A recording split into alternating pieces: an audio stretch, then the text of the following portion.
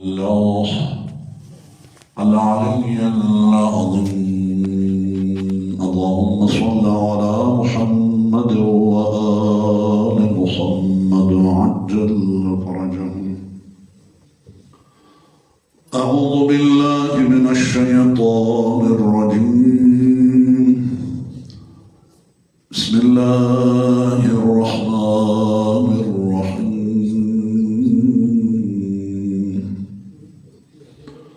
الحمد لله الذي هدانا لهذا وما كنا لنهتدي لولا أن هدانا الله. ثم خير الصلاة والسلام على خير خلقه وأشرف بريته حبيبنا حبيب إله العالمين محمد بن عبد الله المصطفى. اللهم صل على محمد وآل محمد صلى الله عليه وآله وسلم وعلى آله آل الله وأهل بيته الطيبين الطاهرين الهداة المهديين هجج الله سيما منتهى النور ومصدر الأمور صاحبنا صاحب العصر والزمان الخلف الصالح المهدي صلوات الله. اللهم صل على محمد وآل محمد صلوات الله وسلامه عليه وعليهم أجمعين ولعنة الله على أعدائهم أعداء الله من الأولين والآخرين إلى يوم القيامة. اللهم عجل لوليك الفرج. اللهم عجل لوليك الفرج. اللهم عجل لوليك الفرج. اللهم لا تمتنا ميتة جاهلية بحق محمد وآل محمد. اللهم صل على محمد وآل محمد. جماعة المسلمين متدينين بدين حنيف سيد المرسلين وخاتم النبيين وقائلين بولاية أمير المؤمنين وأولاده المعصومين سيما بقية الله في الأراضين وعن ظالميهم أجمعين. Allah Tebarek ve Teala Cuma'nın gününde Seyyidül Eyyam günlerin en faziletlisinde ibadet ve itaatlarımızı, namazlarımızı, dualarımızı değerinde kabul buyursun inşallah. Dünya ve ahiret Allah Resulü ve Ehl-i Beytinden Allah Resulü'nün iki emaneti Kur'an bugün Ehl-i Beyt'ten Kur'an ve İmam-ı Zaman'dan ayırmasın inşallah. İmam-ı Zaman'ımızın zuhurunda aciliyet inayet buyursun. Mübarek vücudunun selametliğine, zuhurunun aciliyetine ve mübarek kalbinin hoşnutluğuna nurlanı selam. اللهم صل على محمد وآل محمد. Allah Tebarek ve Teala Kur'an-ı Kerim'de birçok yerde zalimlerden bahsederken lanetle bahsetmiş. Allah'ın laneti zalimlerin üzerine olsun. Bazı ayette Allah'ın meleklerinin ve inananların laneti zalimlerin üzerine olsun. Ve baktığımızda Kur'an'dan adalet ve zulüm birbirine iki zıt sıfat ve özelliklerdir. Allah'a zulümle, şirkle başlayan en büyük zulüm, ya buney la tüşrik billah, inne şirke la zulmün azim. Kur'an buyuruyor. Oğlum, Lokman Hekim'in diliyle sakın Allah'a ortak koşma. Zira Allah'a ortak koşmak en büyük zulümdür. Daha sonra sırasıyla Allah Resulü'ne ve Ehl-i Beytine yapılan zulümlerden bahsediyor. Selavat ayetinin hemen devamında İnna Allaha ve melâiketehu yusallûne ayetinin devamında ki Ashab 56'dır. 57'de buyuruyor Bismillahirrahmanirrahim İnnellezîne yu'zûnallâhe ve rasûlehu le'anehumullâhu fid-dunya vel-âhire. Onlar ki Allah ve Resuluna eziyet ederler, onlara Allah'ın laneti olsun ve olmuştur hem dünyada hem ahirette. Hulasa bakarsanız Kur'an-ı Kerim bu ayetlerle doludur. Zulme lanet okumaya, özellikle Yahudin zulmüne. Tarih boyunca hep böyle olmuş. Ve Kur'an-ı Kerim o zamanlarda 1400 küsur yıl önce de uyarmış ki size en büyük zulüm ve en büyük darbe Yahud'dan gelecek, her zaman olduğu gibi Siyonistler bütün İslam'ın karşısında Resulullah'la anlaşma yaptığı halde Medine'de ki Medine'ye Resulullah sallallahu aleyhi ve sellem göçtüğünde Hristiyanlar vardı ve Mesihiler yani ve Yahudiler vardı ve bir gruptaki Müslüman oldular. Üç din bir aradaydı. O zaman da yine arkadan dönerek tabir caizse anlaşma yaptıkları halde Resulullah sallallahu aleyhi ve sellemle Yahud münafıkları da kullanarak yine İslam'a darbe vurdular, savaş açtılar.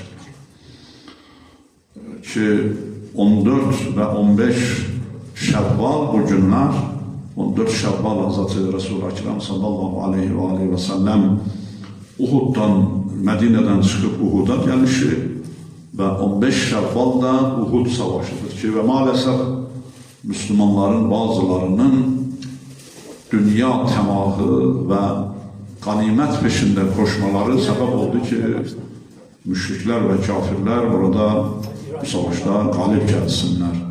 Halbuki Müslümanlar yenilgiye uğratmışlardı, kasıyorlardı.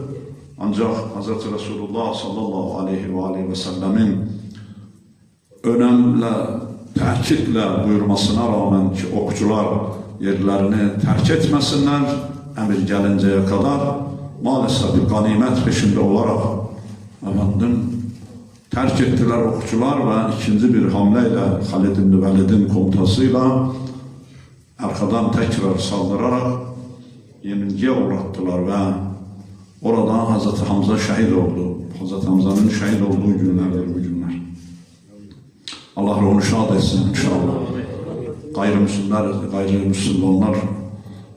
müşrikler, Yahudiler, müşrikler ve kafirlerin hamleleri, ciğer yiyen kadının ki Hazreti devamlı Muaviye yazdığı mektupta ya akilatul ekbad diyor Muaviye, Emir-i Mu'minin mektuplarında ey ciğer yiyen kadının oğlu. İşte bu günlerdir, ciğer yiyen günlerdir. Ki Hinde mel'una o zenciye, vahşiye emir verdi ki bu üçünden bir tanesi ya Resulullah ya Emir-i Mu'minin veya Hamza. Bunlardan bir tanesini öldüreceksin. Ki Allah Resulü'nün pervane şekilde bazı tarihçiler 90 yara aldığını söylüyorlar Emir-i Mu'min bu savaşta. Önden arkadan pervane gibi Hz. Resulullah'ı korudu. Yaralar, bunca yara almasına rağmen Hazret onlar içerisinde ve savaş meydanından çıkardı Resulullah sağ. Vahşi memnun Hinde mel'unen emriyle Hz. Hamza'yı mızrakla şehit edip ve mübarek sinesini yarıp ciğerini çıkardı. Yemeye çalıştı. Akilatul Ekbad'ın günleridir bu günler. 15 Şevval Uhud savaşının günüdür. Allah Teala zalimleri bu şekilde numunelerle ve bazen lanetlerle, bazen Yahud olarak gruplarla, bazen isimlerle, bazen Ebu Leheb gibileri isimle tebbet ya da Ebu Leheb, Ebu Cehilleri anmaktadır. Hem zamanın zalimlerini ve müşriklerini. اَلَّذِي يَدُقُّ الْيَتِيمِ ki yetimi itip kalkanlardırlar bunlar diye bazen sıfatlarla anmaktadır. Selavat verelim Allahümme salli ala Muhammed ve ali Muhammed.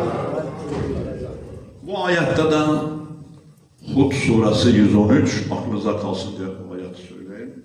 Hud, Sure-i Hud, Hud suresi efendim 11. sure Kur'an-ı Kerim'in dizilişine göre 113. ayetinde Allah Teala şöyle buyuruyor. وَلَا تَرْكَنُوا اِلَى الَّذ۪ينَ ظَلَمُوا فَتَمَسَّكُمُ النَّارِ Sakın zalimlere yardım etme ve zalimlere özenme. Zalimlere yaklaşma, ateş sizi de sarar. Ateş sizi de sarar. Zalimle birlikte olmanın dünya ve ahiret neticesi ateştir. Allah Teala uyarıyor bu ayetteki. Zalimlerle birlikte olmayın, zalimlere özenmeyin, zalimlere yaklaşmayın ki ateş size dokunur. Ki Allah'tan başka sizin veliniz yoktur. Sonra ondan da asla yardım görmezsiniz. Bu Hud suresindeki ayet çok manidardır. Zalime yaklaşmak, ona meyil etmek. Bu Allah Tebarek ve Teala'nın bize uyarısıdır. Diğer taraftan Allah Resulü sallallahu aleyhi ve sellem buyuruyor, hem Şii ve Sünni kaynaklarda bu hadis çok meşhur, her iki kaynakta da var. Allah Resulü şöyle buyuruyor. Kıyamet günü olunca Allah'ın münadisi, yani Allah Teala tarafından görevlendirilen büyük melek seslenir, şöyle seslenir. Zalimler ve yardımcıları nerededirler? Allah Resulü buyurur. Her iki kaynaktan da bu hadis meşhur. Kenzül Ummal'da var, Bihar'da var diye kitaplarda, Şii ve Sünni kaynaklarda. Kıyamet günü olunca Allah'ın münadisi seslenir. Zalimler ve yardımcıları nerededirler? Hokkalarına pamuk koyanlar. Eskiden yazılarda mürekkeple yazıyorlardı, hokka vardı. Hokkalarına pamuk koyanlar ve torbalarının ağzını kapatanlar, zalimlerin torbalarının ağzını kapatanlar ve kalemlerine mürekkep daldıranlar, onların hepsini zalimlerle haşrediniz. Bu kadar önemli. Ne sadece efendim şakşak olmak, ne sadece bırakın zalimler birbirleriyle efendim savaşıyorlar demek, ne sadece sevinmek zalimin yaptığı zulümlere, okkasının mürekkebini getireni de, ona razı olanı da, onunla birlikte Allah Resulü Hz. Muhammed ibn Abdullah el-Mustafa Allahümme sallallahu aleyhi ve sellem buyuruyor. Muhammed. Onlarla beraber haşredin. Onlarla beraber. Zalimin karşısında bir de mezlum var. İki taraflıdır bu. Kime zulmediyor? Bir zulüm var. O fiilin adı zulümdür. Onu yapanın adı zalimdir. Ve onun karşısında zulmettiğinin adı nedir? Mazlum. Yani zulmolunmuş. Kendisinin haksızlığa uğratılmış. Allah Resulü sallallahu aleyhi ve sellem çok enteresandır, buyuruyor ki mezlumun bedduasından sakının. Mezlumun bedduasından sakının. Onu zulüm görenin. O 180 tane çocuğun bedduasından sakının. Onların baba ve annesinin bedduasından sakının. Günahsız öldürülen masumların bedduasından, mazlumların bedduasından sakının. Allah Resulü sallallahu aleyhi ve sellem buyuruyor. Zira Allah Teala onun hakkını ister ve Allah hiçbir hak sahibinin hakkından onu mahrum kılmaz. Dehşet bir hadis. Bunun devamında Allah Resulü sallallahu aleyhi ve sellem, artık Arapçasını diğer şeylerini okumuyorum zaman almasın diye, vakit kısıtlı, cuma hutbesinde sığdırmak olmaz, çok özet. Dehşet bir hadis. Allah Resulü Hatemul Enbiya, yaratılmışların en üstünü, Peygamberimiz, alemlere rahmet, Hz. Muhammed ibn Abdullah el-Mustafa sallallahu aleyhi ve sellem çok dehşet bir şey buyuruyor. Ki burada anlaşılıyor ki mazlumun dini sorulmaz. Bakın ne buyuruyor Allah Resulü? Buyuruyor, mazlum kafir bile olsa mazlumun bedduasından sakının. Kafir de olsa. Zulmün dehşetini görüyor musunuz? Kafir de olsa mazlumun bedduasından sakının. Allah inkar ediyor. Onun cezasını çekti, inkar etti. Ama siz ona zulmetme hakkınız yoktur. Mektebi, meşrebi, dini ne olursa olsun. Sakının kafir de olsa ona zulmetmeye.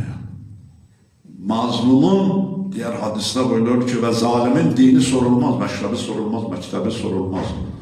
Zalimin karşısında ve mazlumun yerinde yer alınır. Elinden geldiği kadar. Duayla da olsa, kalbinle de olsa, dilinle de olsa, kaleminle de olsa, sözünle de olsa, şimdi yaptığımız budur bizim. Biz haykırıyoruz ki Siyonistlerin ve emperyalistlerin, bu zalimlerin zulmünden uzağız biz.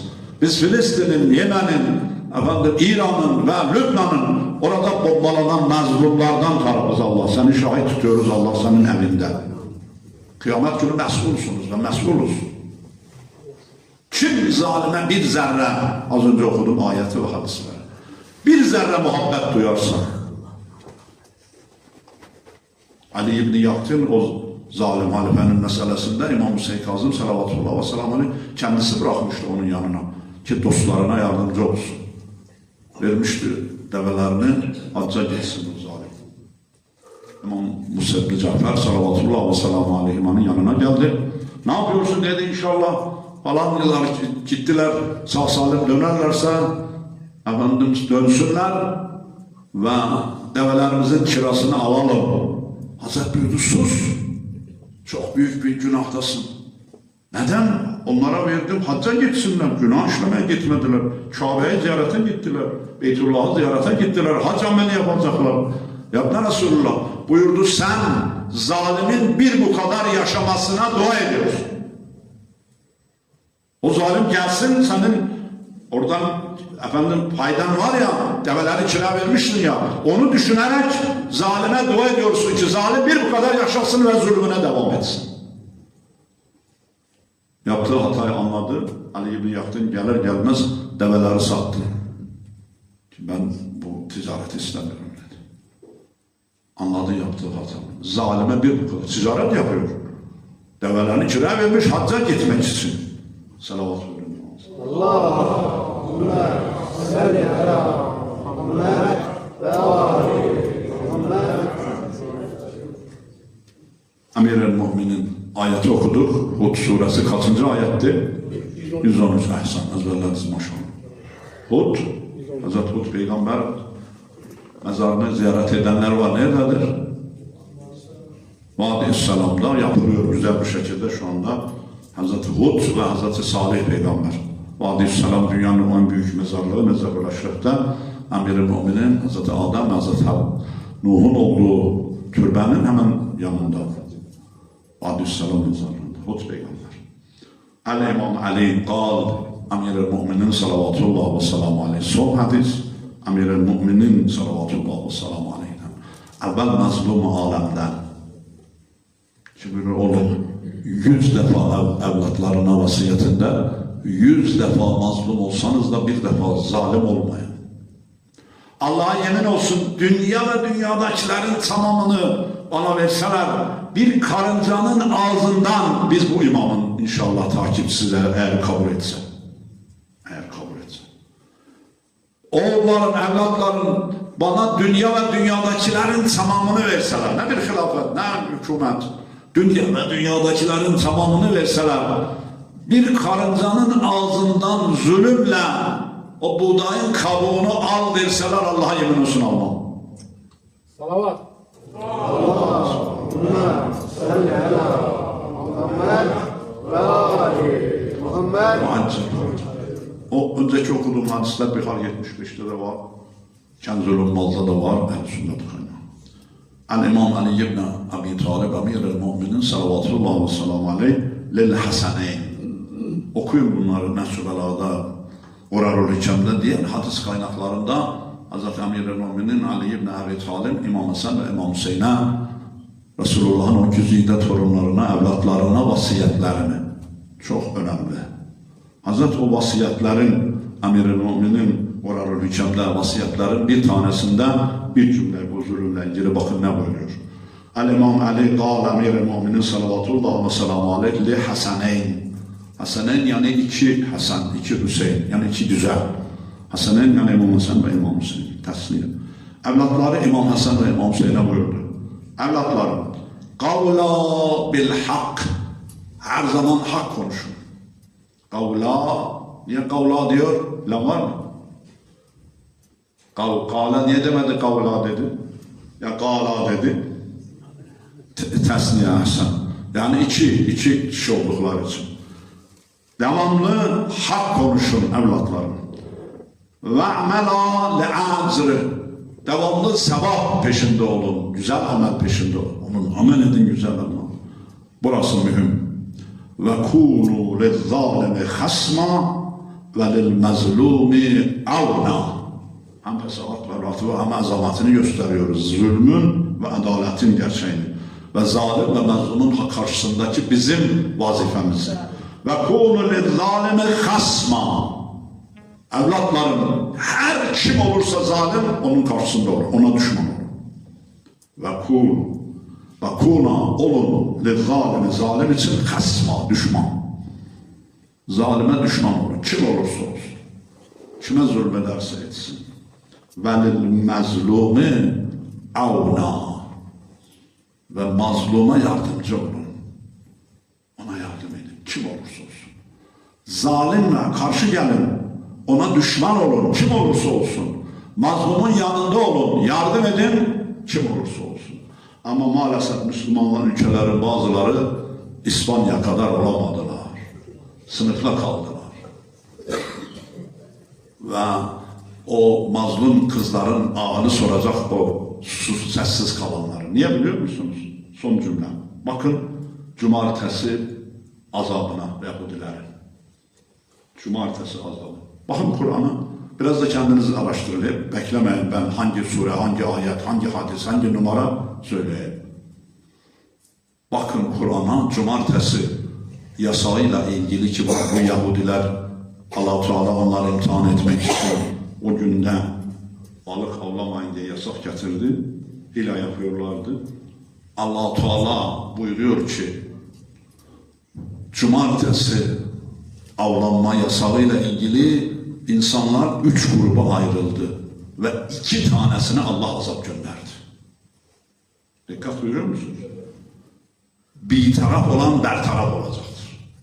Bu ayetin hükmü bir taraf olan zulüm karşısında bertaraf olacaktır. Ne yaptı? Kimi orada cezalandırdı? Kesinlikle o yasağa riayet etmeyen hileyle tekrar balık tutan Yahudileri. Üç grup oldular. Bir grup yasağı deldiler. Hile yapar Allah'ı kandırırcasına. Allah'ı kandıracaklarını zannederek. Allah'ı aldatacaklarını zannederek. İkinci grup onlara sessiz kaldılar. Bir şey demediler. Yapıyorlarsa yapsınlar. Ne yapalım dedi. Kendileri yapıyor. Üçüncü grup karşı çıktılar. Yahut ha, her 3 grup Yahut. Şimdi daha yok mu içerisinde? Var vicdanlı insanlar var. Her yerde var. Herkes zalim değil ki orada bundan. Hak var. Üçüncü grup itiraz ettiler. Hayır yapamazsınız dediler. Allah yasaklamış bunu. Ellerinden geldiği kadar onların karşısında durdular. Allah-u Teala buyuruyor ki, belayı gönderdi iki gruba. Hem o haramı dinlemeyen Yahudilere, hem onlara sessiz kalan Yahudilere. Bir tek kim kurtuldu? İtiraz eden, o zulme itiraz edenler. O anda Allah'ın bu ayetinden biz Müslümanlar ve insanlar, dünyada bu zulmü gören insanlar muaf mıdır? Sadece onlara mı indi ayet? Kur'an kıyamete kadar geçerli değil mi? Kur'an'ın hükümleri kıyamete kadar geçerli değil mi? O zaman bu zulmün karşısında duran insanlık üç grup olmuştur. Biri zalimdir, zalimle beraberdir. O biri susuyor, ben ne yapayım, bana bir şey yapmasın, değmeyen yılan 1000 yıl yaşasın diye bazen de potpokluyor. Diğer grup karşı çıkıyor. Bellidir. Allah'ın azabına kimler düçar olacak? Tekrar Allah'ın mescidinde, Beytullah'ın bu şubesinde Hz. Fatıma-i Zehra Sıddık-ı Şehri Kubra adına müzeyyen olan bu camiden Allah'ı şahit tutuyoruz. Onun yeryüzündeki son hücceti İmam-ı Zamanımıza Allah zuhurunu acil eylesin. Şahit tutuyoruz Allah'ım. Biz Kabil'den günümüze, günümüzden kıyametlere bütün zalimleri lanetliyoruz.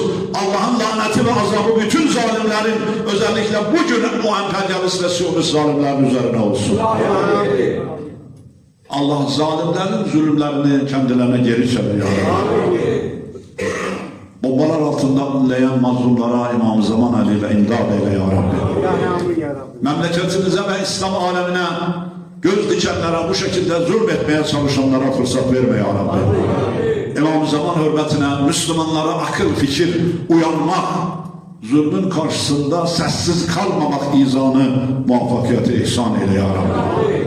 Bizi o şeytanların şerrinden dünya ve ahirete uzak eyle ya Rabbi. Mazlumlara imdad eyle ya Rabbi. Mazlumlara imdad eyle ya Rabbi. Mazlumlara imdad eyle ya Rabbi. Mazlumların sahibi bütün bu zulümleri sonlandıracak olan ilahi tevhidi, İslam'ı ve adaleti yeryüzünde hakim kılacak olan hüccetinin İmam Mehdi Acelallahu Teala Feracehu Şerif'in zuhurunda acele et, inayet eyle ya Rabbi. Bize Hazretin zuhuruna ehli karar ver ya Rabbi. Euzu billahi mineşşeytanirracim. Bismillahirrahmanirrahim. Elhamdülillah. Elhamdülillahi Rabbil alemin. Bismillahirrahmanirrahim. Vel asr. İnnel insane lefî husr. İllellezîne âmenû ve amilussâlihâti ve tevâsav bilhakkı ve tevâsav bissabr. Sadakallâhu'l aliyyul azîm. Salavat ver. Allahümme salli ala Muhammed ve ali Muhammed.